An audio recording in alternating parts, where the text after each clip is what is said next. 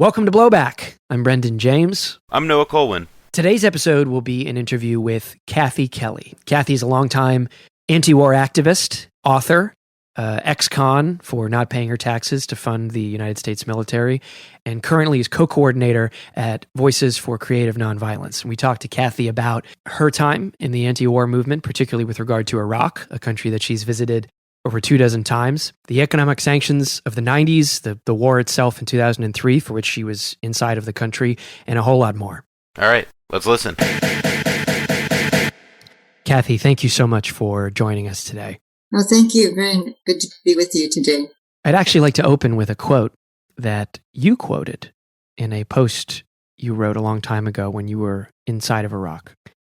And it's from Bertolt Brecht. Quote, "The first time it was reported that our friends were being butchered, there was a cry of horror. Then 100 were butchered. But when 1,000 were butchered and there was no end to the butchery, a blanket of silence spread. When evildoing comes like falling rain, nobody calls out stop. When crimes begin to pile up, they become invisible. When sufferings become unendurable, the cries are no longer heard. The cries, too, fall like rain in the summer." And I think that gets at the challenge that faces anyone who wants to dedicate their life to preventing or stopping or even just trying to draw attention to the bloody wars and conflict carried out by America and its allies. What brought you into the cause of the anti-war movement? Well, I suppose I could trace back to a time when I was living in, I think probably the poorest neighborhood on the north side of Chicago. And there was a lot of energy in the neighborhood, given the tremendous need. Soup kitchen and shelter and drop-in place for elderly women and house of hospitality.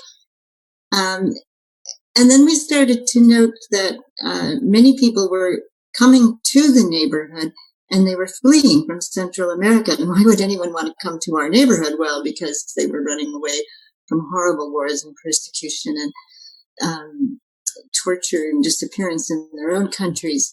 So people began to turn quite a lot of energy into better understanding what was going on in Central America. And I believe that I was actually able to be part of a much broader network that prevented the United States from further intervention in Central America. And that maybe saved a lot of lives and prevented an even greater mystery. But when it became very, very clear that the United States was going to go to war against Iraq, I thought, well, the same momentum will surely mobilize, we'll surely have, and this is the first war in 1991.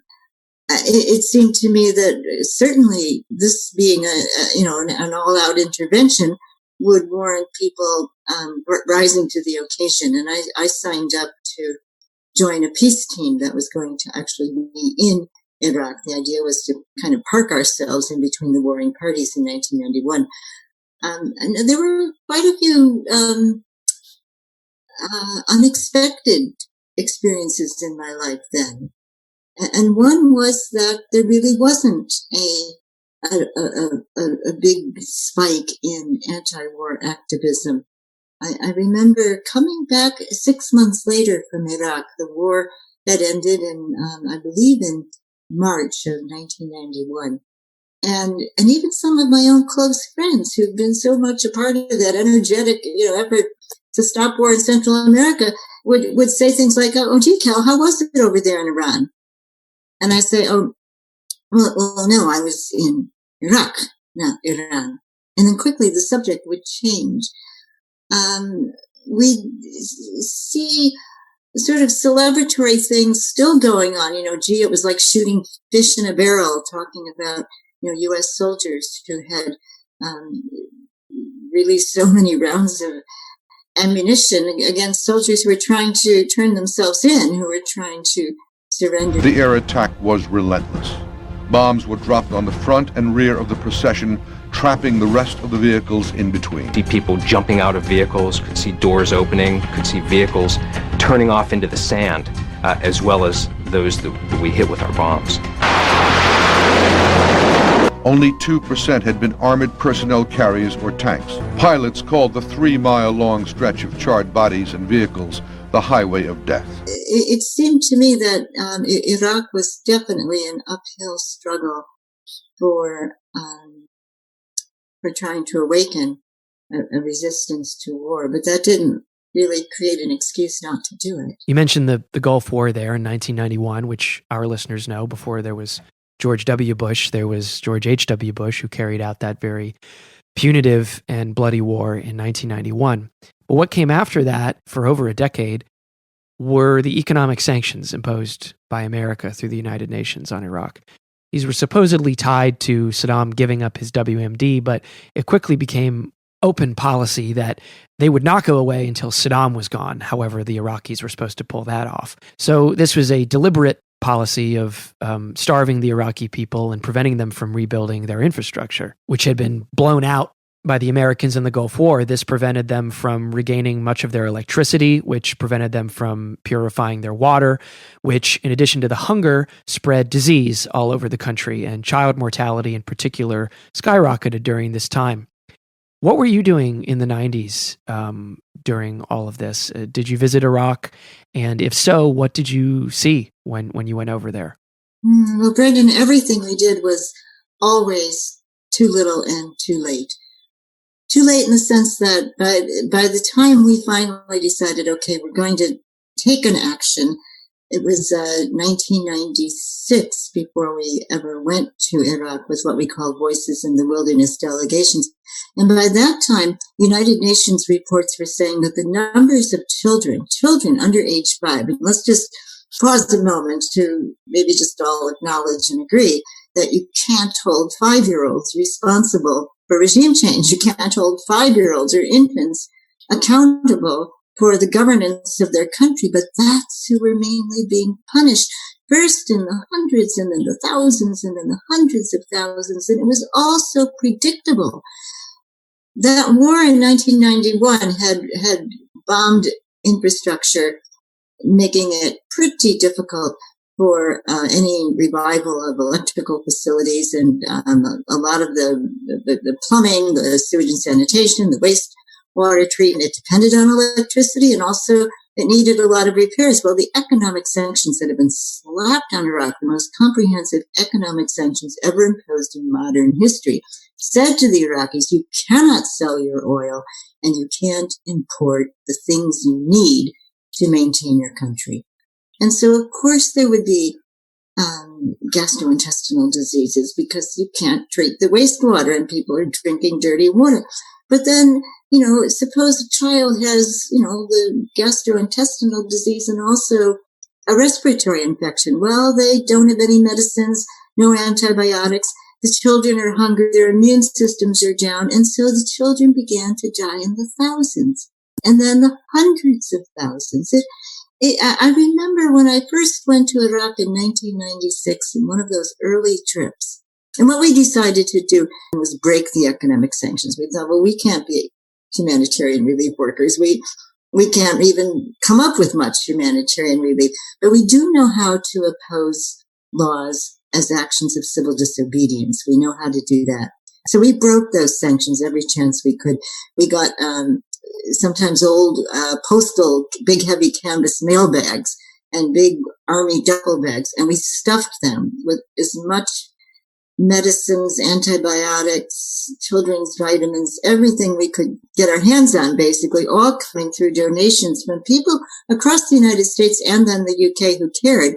And then we'd notify the United States government, we're about to break those sanctions again. We're leaving at this date. We're going to enter Jordan. Then we'll enter Iraq. We'd come back. We'd say we did it again. And we sent 70 delegations to Iraq, always in open and public violation.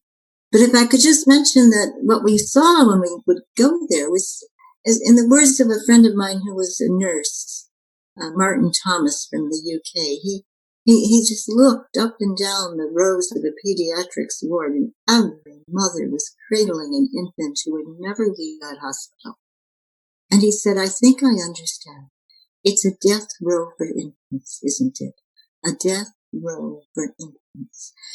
And that's who bore the brunt of the sanctions. The babies, the children, the elderly people, the sick people, the poorest of people, many of them, Saddam Hussein, maybe didn't even miss a meal. And so these economic sanctions were wrong.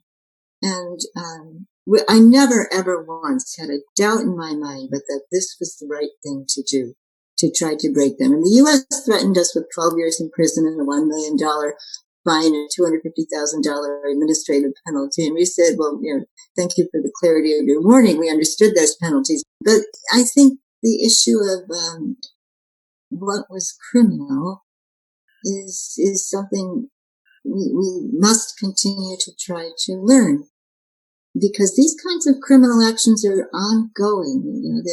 The sanctions against Iran, and right now the blockade that's caused enormous suffering and death in Yemen, and the United States supports that. So it's the greatest disappointment of my adult life, unquestionably, that we weren't able to lift those economic sanctions, but we're also not excused from still trying to learn from that time and prevent the ones that are going on now. Kathy, I wanted to ask you about the media angle here. What did you make of the American press whenever you ran into them? Because you'd think that they'd cover something like this, a country basically on the brink of famine immediately following a U.S. war. You'd think they'd cover it like something, this massive humanitarian catastrophe, but it really wasn't treated that way. What was your sense when you saw journalists covering this stuff, or not? I think the story was hot potatoed.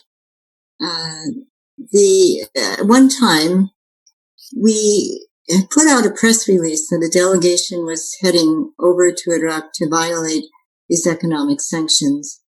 And we actually annoyed whomever received it at NPR. I remember being told, we will, and this was by a person that was fairly high up in NPR National, who said, look, we will never give you and your group a platform. And I felt stung, because I thought, well, we're not trying to draw attention to our group. We want you to go over there and cover the impact of the economic sanctions. That's the story. And then finally, closer to the outbreak of the 2003 war, a team of NPR reporters did go over, and they asked to meet with us. And we thought, oh, well, here we go. And we told them, which hospitals we could connect them up. We could connect them up with doctors at certain hospitals who could give interviews, but they could bring the cameras into the hospitals and see for themselves. And the NPR reporters told us, oh, no, we're not going to go to hospitals. And I was sort of stunned. I thought, what are you doing here? And he said, we're not going to be duped. As though somehow these wards where children were dying the agonizing death of starvation had been setups, like a Hollywood scene, and they didn't want. And then before I left, and I was really trying to curb a kind of an outburst of temper, really, on my part, one guy said, my kid is a real collector of coins. He just loves numismatics. And isn't there a place somewhere in downtown Baghdad where I can get some old coins? And I, honest to God, I'm going to stand up on the table and start to scream. I'm just going to do that right now. And I got myself out of the room as fast as I could. Don't put it in your pocket, sir. Don't put it in your pocket. It's your lucky quarter. Where you want me to put it? Anywhere, not in your pocket. Or it'll get mixed in with the others and become just a coin. And that typified the mainstream media response. Stephen Kinzer from the New York Times came over, and we sort of buttonholed him in a hotel lobby and said, please, will you listen to us? And we kind of poured out what we wanted him to know about the impact of the economic sanctions. And he went and got the UN documents, and he had a big, huge stack of them. And he went through those documents, and then he went to a hospital in Babylon.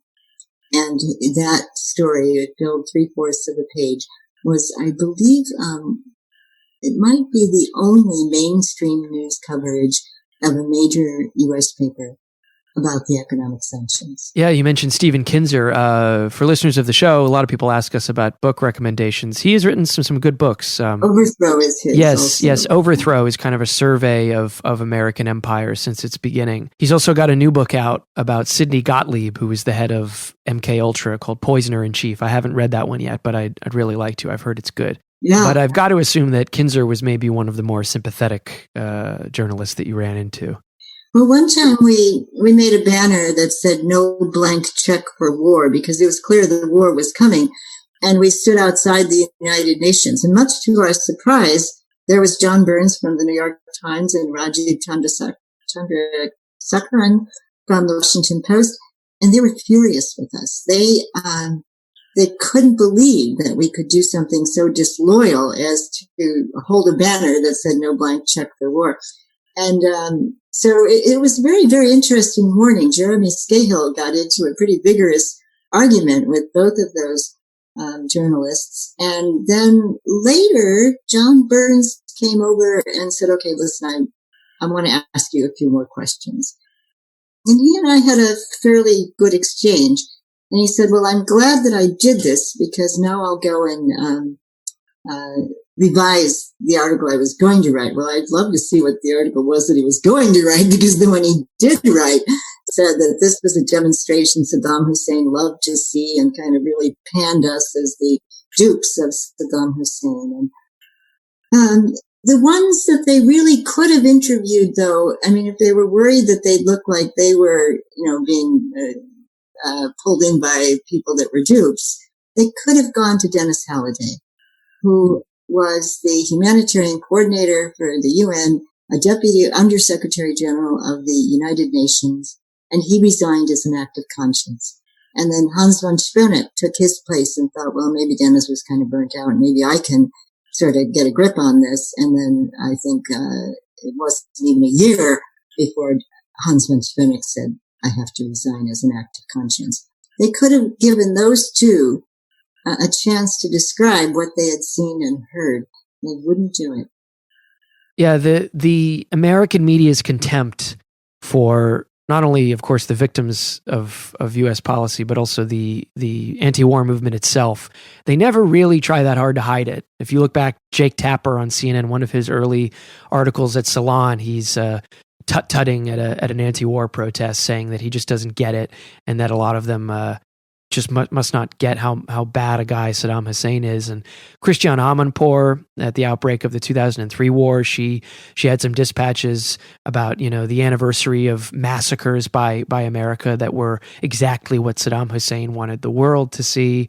And it's funny that you mentioned Rajiv Chandrasekaran, because we use his book, we cite his book in our show about the occupation, because it is very, rich. As a Washington Post reporter, he got a lot of access, and it's useful. But as a person, he's not a journalist anymore. He's become like a hype man for Starbucks.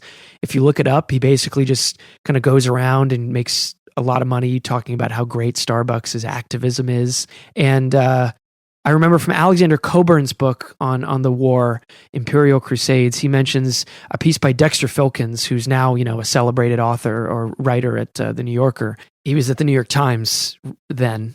And he interviewed an Iraqi woman who I believe was running a makeshift kind of clinic or, relief center. And she was talking about how much she hated the Americans in the war. And he noted in his piece that she had had a good life under Saddam Hussein, as if that was, undermining her credibility as a victim of the war. Anyway, that was just me editorializing. I'm a former and therefore self-loathing member of the media class, so that just got my bile going. What were you up to before, like during the buildup of the war, pre-invasion? Where were you? Well, in August of 2002, a number of us who'd gone over to Iraq multiple times got together in Chicago, and we said, okay, we're going to do this. We're going to form the Iraq peace team, and we'll go to Baghdad and pretty much stay there, because we don't know when the war is coming. It just seems pretty inevitable that there is going to be a war. And so we set up the Iraq peace team in a small family-owned hotel. It was a 5-story hotel. And we were joined by quite a rotation of shorter delegations, people who could come over for 2 weeks or 3 weeks, but a core group of people stayed. I took off the Sisters of St. Bridget of Kildare, Ireland, and said, Kathy, you'll be coming over now, won't you? They wanted me to facilitate a retreat, and I said, okay, I can do this, but then I'm going right back. Well, at the end of that retreat, I had left with people some laminated pictures of people that we'd met mostly in hospitals in Iraq, and quite a load of statistics, I suppose. Anyway, I went back to Baghdad, and 5 people at the retreat went and did $2.5 million worth of damage to a United States Navy warplane parked on the tarmac at Shannon Airport. And so that led to what was a 3-year trial. And I suppose anyway, they were all acquitted on all charges because they had invoked the necessity defense. And I think that's important. You know,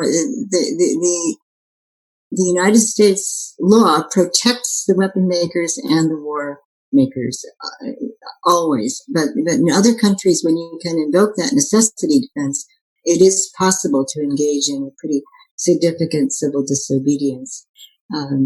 The build-up to the war, I'm sorry, the build-up on the part of the peace movement to try to prevent that war wasn't commensurate to the military build-up. I recognize that. But I do think that people came closer than ever before to stopping a war before it started.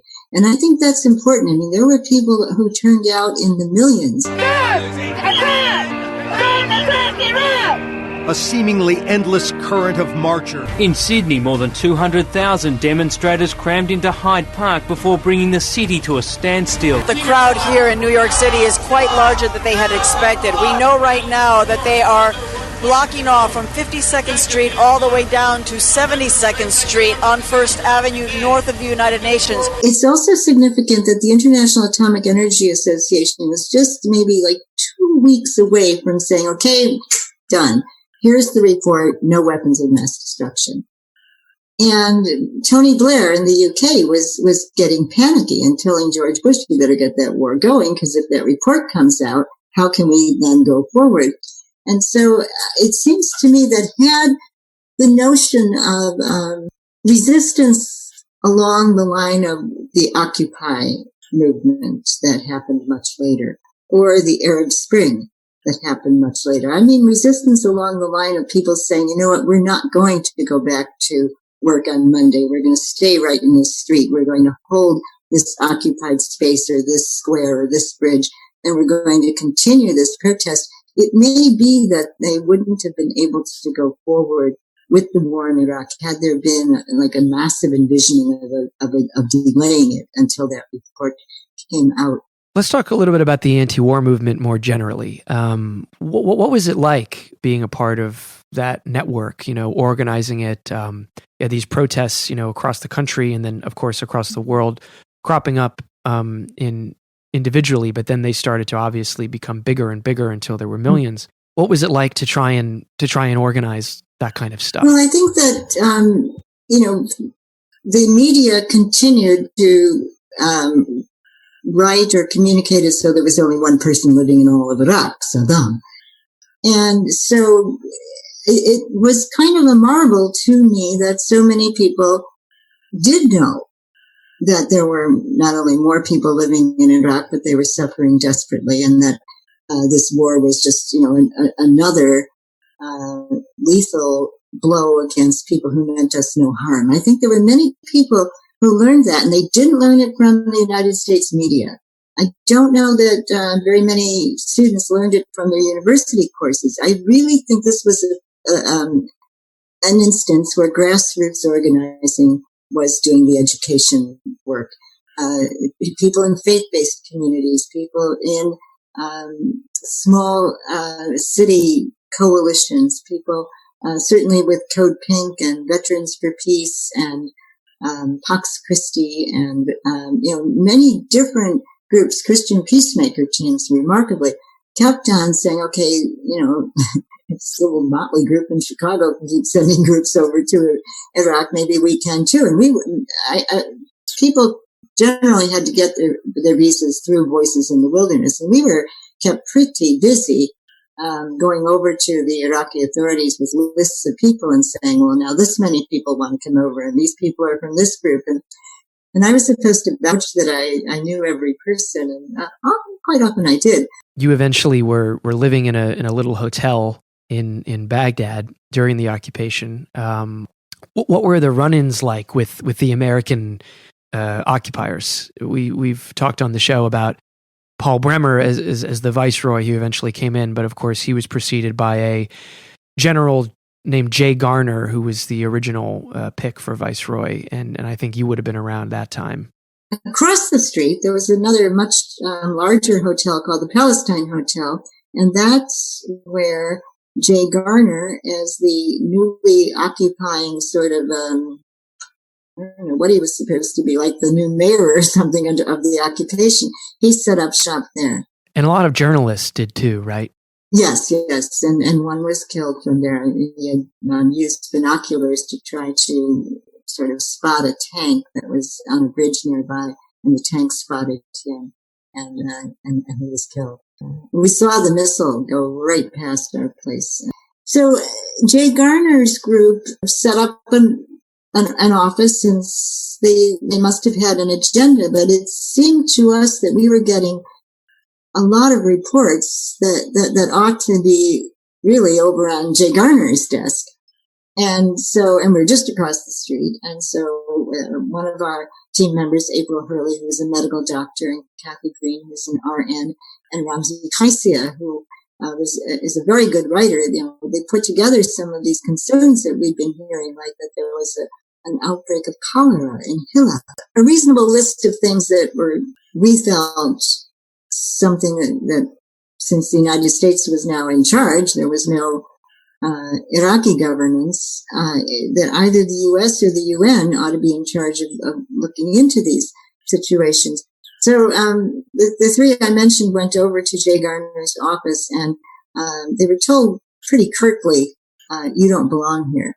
And then within hours, there was outside of the Palestine Hotel headquarters for Jay Garner's offices, guards had taped onto the flap of a cardboard box the cutout of our logo for the Voices stationery, and then they wrote "Keep Out" in ballpoint pen and surrounded the logo with 7 silver bullets.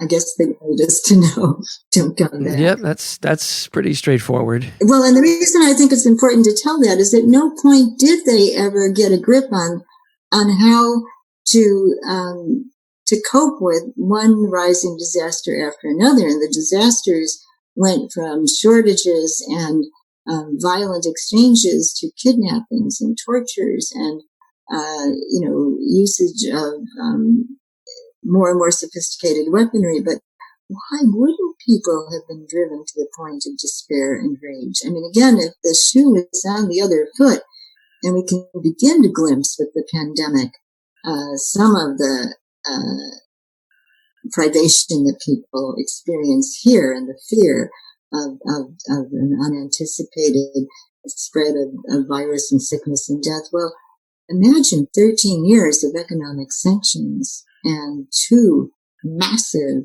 bombing attacks. There was also the reality of the United States imprisoning people. And once you landed inside one of those prisons, it could be 6 months before you'd even be brought before a tribunal of 3 judges. And sometimes the only information those 3 judges would have was the name of the person, the date that they were picked up, and where, the location where they were picked up. And so that was also happening.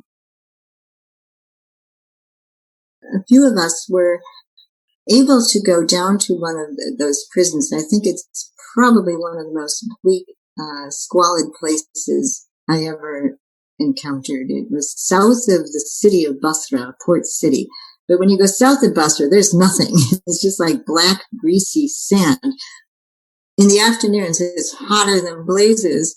And bumping over the sand in a pickup truck, in a car rather, we did go by car, we finally got to what was called the Bucha camp. And this was a camp that was a tent prison camp. At the time, there weren't buildings. It was a series of tents. And the people that were imprisoned in this Bucha compound included 3 young men that their friends had been released, and they said, please go and check on our friends then. It was kind of surprising. The person in charge of that prison, Major Garrity, she was a young accountant in Nashville, and she signed up after 9/11 to join the military. Well, she agreed to let us into the camp, which was quite something. And then she put us in the pickup truck, and then we went across the sand still further to the sort of visitors tent. And the young men we visited with confirmed what we'd heard from the 3 who had been released. They were forced to walk naked in front of women soldiers, which for young Muslim men was a very, very terrible thing. They had to sometimes hold up their bowls and say, I love George Bush, or pretend to bark like a dog in order to get food. They were sleeping on the desert sands, and they were terrified of being bitten by desert scorpions. Sometimes in the colder weather, they couldn't get blankets. There were 13-year-olds in the prison who were prey of some of the other older prisoners, and they were trying to get the guards to at least look after these children. And they were lonely and humiliated and didn't know when they'd ever get a chance to be in touch with their relatives. Well, imprisoned in that Camp Bucha compound, which was named after a firefighter who was killed on 9/11, was al-Baghdadi, who was also imprisoned in Abu Ghraib. And so you can imagine that as he went through these demeaning privations and humiliations and the anger that was on the rise, that this would give him a desire for retaliation and revenge. There's a quote from former Prime Minister of Israel, Ehud Barak, not a guy I admire at all, but he was candid at one point when asked, what would you do if you were a Palestinian? And he answered, well, if I was Palestinian, I would probably join one of the terrorist groups, as he called it. It's a sign that the people who are doling out these punishments, up at the very top, they know why it's perfectly rational to emerge on the other side with a violent response right back, because certainly one school of thought that that's the only real way to fight back. Well, then we should also, though, acknowledge amongst the veterans of combat, the suicide rate is so high, 22 a day. And I can understand as I think back about how regretful people would be if they think back on some of those situations. And, again, that's not something that's covered very much. Human Rights Watch documented some of the accounts of people from a place called Forward Operating Base Mercury. And they're horrific accounts of what was done to people just as a matter of stress relief. The soldiers would just go pick a puck, they called them, a prisoner under control. Somebody hadn't been convicted of anything, and subject them, either just beat them up, or there was another call thing. You could smoke a puck or you could puck a puck. And one involved putting them under such stress tests, like holding 2 big heavy gallons of water out in front of them until they collapsed to the ground, shaking and trembling, and then kicking sand over the person. And just, ways of treating another human being that turn, the abuser into somebody who will start to feel less than human. I wanted to ask you about the role of the Democratic Party, because whether it's in 2006 when the Democrats under Nancy Pelosi and other leaders take back Congress, or Barack Obama winning the election in 2008, these were figures who represented themselves as allies of the anti-war cause. The Democrats in 2006, they did, a little tour basically with Cindy Sheehan and stood by her and said, we're going to get in there and fix all this. They got into office, that's for sure, but they continued to fund the wars by the billions. And then, of course, Obama, when he became president, unleashed an entirely fresh new crop of wars, not quite as noisy or clumsily as the Bush administration, but one of the most horrific humanitarian catastrophes in the world today, the blockade and starvation of Yemen, has Obama's fingerprints all over it. So what was it like seeing that happen? I mean, did you expect these things as a betrayal, or was it a bit more of an open question at the time? Well, being from Chicago, Illinois,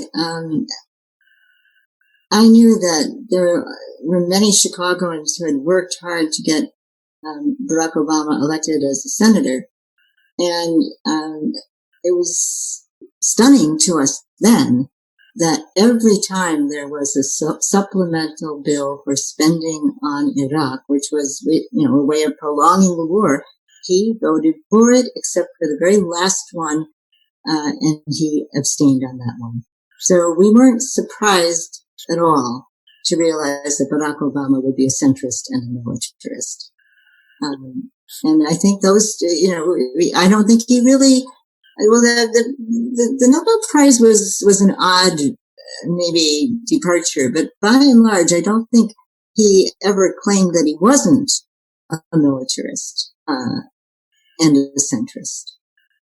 So that's who we had, and that's what the Democratic Party, perpetually, it seems, chooses to be. And I think that the lobbying on the part of Raytheon and General Dynamics and Lockheed Martin and all of those big, huge military contractors is so strong, and the vice-like grip that they've got in education in this country, it gives them a kind of an ownership almost. They can own elected officials. They can own media companies.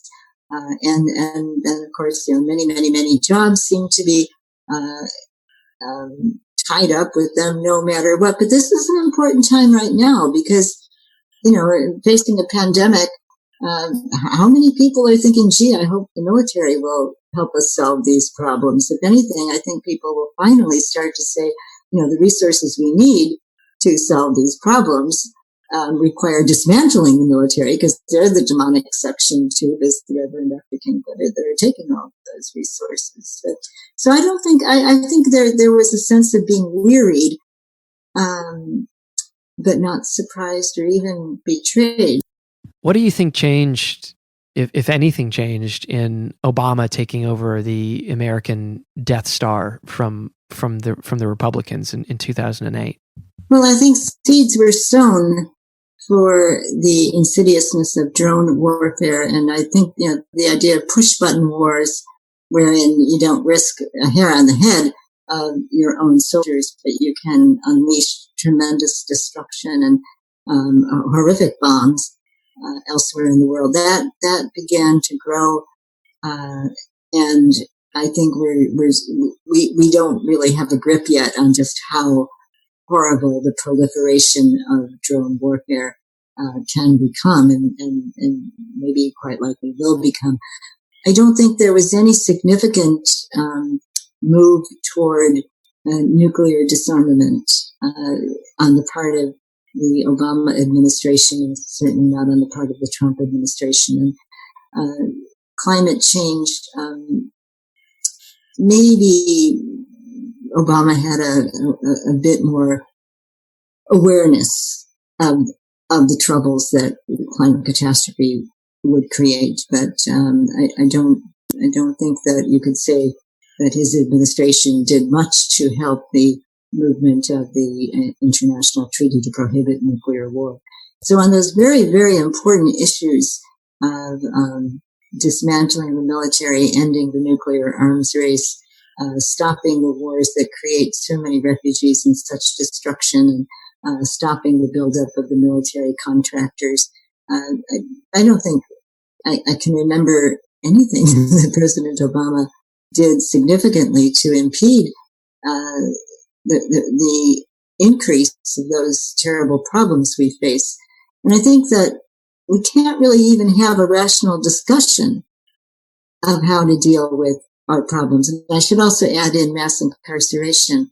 We can't even have a rational discussion about how to deal with these intense and sometimes overwhelming problems until we figure out how we will dismantle the military, because the resources get gobbled up by the military. The effect on the climate of the United States military operations is terrible. And then also militarism will always undermine the possibility of people to work across borders and work together to solve the problems that we face. So I don't know that we can really look to the commander-in-chief of the world's largest arsenal, no matter who it is, that's sitting in the Oval Office and say, could you help us solve these problems? My last question, I actually hate questions like this when I'm asked them, so I'm not going to hold you to a firm or total answer, but what do you think the conditions are to build and sustain a healthy and ultimately victorious anti-war movement in the United States? I mean, like so many other causes, something that people recognize may not happen in their lifetime, but to just give up or say that's the way it is. What do you think guards against that? My own sense has always been that no matter how heavy or sometimes even despairing things may seem from our perspective, trying to resist the military-industrial congressional media complex, there's never been a mother I've met in a war zone who could afford my despair. There's never been a mother cradling a starving infant to whom you could say, well, it's really a tough sell in the United States, so we're just going to give this up. So I think we always have to keep trying, to experiment. The further invention of nonviolence was the way Barbara Deming put it during the civil rights movement. Keep trying to find other ways, more effective ways. Keep on with education. But I think the idea of giving up, even if you're pretty convinced that your efforts are impotent, it still doesn't, to me, justify not trying. Well, I'm going to wrap it up here with one more quote that I think a lot of people actually probably know, but they may not know that it's from you, Kathy. And it is this: one way to stop the next war is to continue to tell the truth about this one. And in a very small way, that's what we're trying to do here on this show regarding Iraq, and we have you to thank for so clearly articulating this very simple task and idea. So thank you, Kathy, and thank you for coming on the show. And Brendan, I wish you the very best with this show and all of the episodes. And I feel as though Studs Terkel used to say that it was almost as though the United States had a national lobotomy, or there was a sort of an amnesia, and you have pulled the curtain aside and let people take a look. Thank you. Thanks, Kathy. For everybody else, everybody listening, we'll see you next time. Bye.